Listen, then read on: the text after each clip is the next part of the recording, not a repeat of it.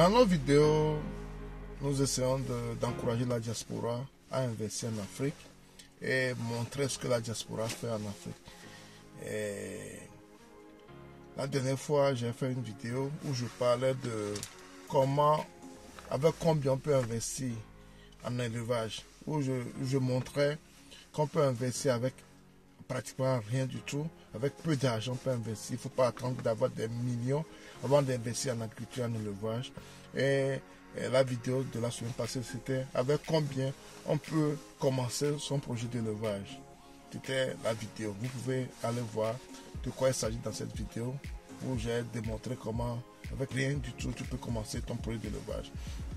Et à la suite de la vidéo, j'ai eu un jeune homme avec qui je travaille des fois.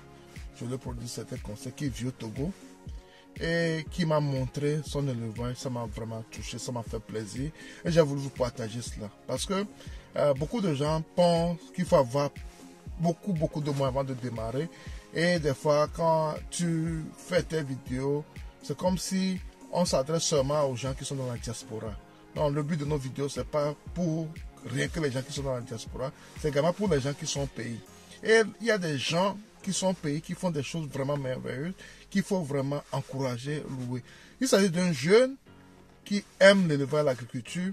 Une fois, il m'a montré ce qu'il fait dans un champ vers Palimé, au Togo.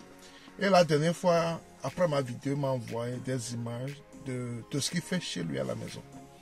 Donc, dans un petit enclos, derrière la construction, un petit couloir, le gars fait son élevage. Et le gars fait son élevage. Et c'est très beau, c'est très joli à voir.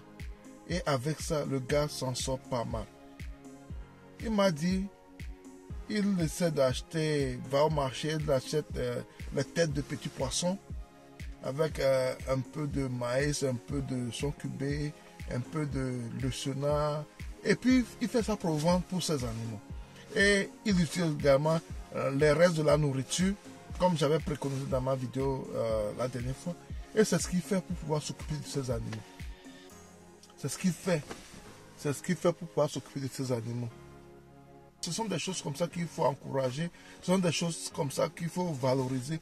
Parce qu'il ne sert à rien de parler, de dire « Oh, j'ai besoin de ce montant avant de démarrer. J'ai besoin de ce montant avant de démarrer. » Tu peux démarrer avec les moyens de bord.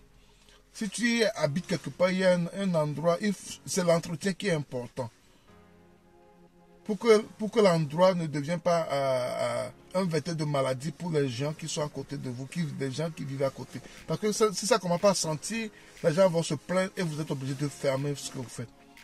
Mais si vous entretenez bien ce que vous faites, peu importe l'espace, vous avez déjà démarré votre projet d'élevage. Et c'est ce que ce jeune homme fait dans sa maison. Il le fait derrière la construction, un petit enclos où il a démarré ses animaux et il évolue avec. Il m'a dit un truc qui m'a également fait plaisir la dernière fois. Il me disait, des fois c'est un peu l'approvisionnement en alimentation un peu cher. Et il me dit, tu sais, il suffit de sursoir une bière ou bien 2 bières, tu peux acheter les têtes de poisson. Et tu peux acheter le reste de maïs quelque part pour nourrir tes animaux. Tu mets un frais à quelques jours de loisirs et tu t'occupes de tes animaux. Et ces animaux vont te payer back. Ce que tu mets dedans, ils vont te le retourner. Il m'a dit que ça lui permet de faire beaucoup de choses quand il vend ses animaux. Et vous pouvez voir là où il le fait. C'est un petit truc derrière la maison, là où il habite. Et on voit des gens chez nous qui ont des espaces pas possibles, qu'ils n'exploitent pas. Et des fois, moi, ça me fait chose. Il faut profiter.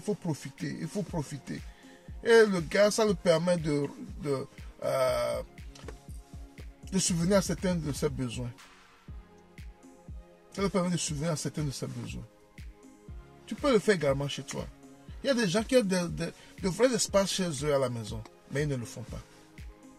Et cet élevage est vraiment moins cher. Tu n'as pas besoin d'avoir une grande formation, tu n'as pas besoin d'avoir de grands moyens pour le faire. Avec le peu de moyens que tu as, tu peux commencer et tu peux le faire. Et puis tu peux réussir cela. Les gens le font. Et ce jeune, il le fait au pays, au Togo. Il ne vit pas dans la diaspora pour venir investir au pays. Il le fait au pays. Il le fait derrière là où il habite. Pourquoi pas toi? Il faut arrêter de se plaindre. Il faut arrêter de se plaindre. Il faut mettre la main à la pâte. Et les gens vont te pousser. Ce qu'il fait, s'il a de l'expérience et un jour il trouve des moyens d'agrandir cela, il va mieux réussir cela. Parce qu'il a déjà acquis de l'expérience. Il a déjà acquis de l'expérience. S'il a un espace un peu plus grand, il va bien le faire. Même s'il fait ses calculs, il sait comment, parce qu'il sait ce qu'il a investi dedans. Et il sait comment amener les gens à le soutenir. Parce qu'il a la preuve de ce qu'il fait. Il a la preuve qu'il a déjà commencé, il sait ce qu'il fait. C'est ce qui est important dans la communauté. Il ne faut pas toujours attendre des autres. Commence avec le peu de moyens que tu as. Forme-toi, acquiers de l'expérience, et quand tu as de grands moyens, ça sera facile pour toi. Bravo à ce jeune qui vit au Togo et qui fait des choses comme ça. J'ai vraiment aimé. J'ai vraiment aimé. Et ce sont des choses qu'il faut encourager. Et j'espère qu'il y a des jeunes encore qui font plus que ça, qui ont besoin de visibilité également, pour qu'on puisse voir ce qu'ils font, pour qu'on puisse les encourager. Parce que c'est ça également, l'aide qu'on peut apporter à nos frères qui sont restés au pays. C'est ça ce qu'on peut faire également. Il faut les aider, il faut les pousser à évoluer dans ce qu'ils font. Ça, vraiment, ce sont des choses à encourager. Merci, à la prochaine.